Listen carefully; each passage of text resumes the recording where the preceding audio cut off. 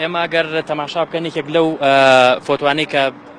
ینی بەشداریان پێشانگایمان پێ کردووە شەڕی داعشە یان ئەو بۆردومانانەیە کە ئەمە بە دڵنیاییەوە کاریگەری ڕاستەخۆی لەسەر پیسبوونی ژینگەوە لەسەر ئاگربەردان لە دارستانەکان و لە ناوبردننی سەدان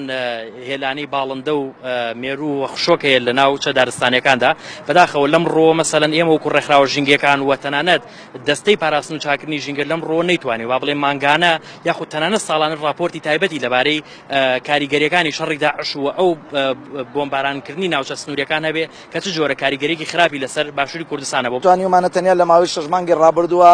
199 هاوڵاتی دەستگیرکەن لەسەر ڕاوی جۆراوجۆر 107 هاوڵاتی لەسەر ڕاوی باڵندە 7 هاوڵاتی لەسەر ڕاوی ئاژەڵی کێوی 41 هاوڵاتی لەسەر زیادڕەوی واتە بڕینیداری دارستانەکان ئێمە وەکو بەڕێوەبەری پۆلیسی دارستان و ژینگەی سلێمانی توانیومانە لە 11 قەزا و 26 ناحیە لە 100 کۆنتڕۆڵی ڕاوکردن بکەین بێگومان ئەو ئاژەڵانەی کە ئێستا کە ئێوە بەدیتانە کرد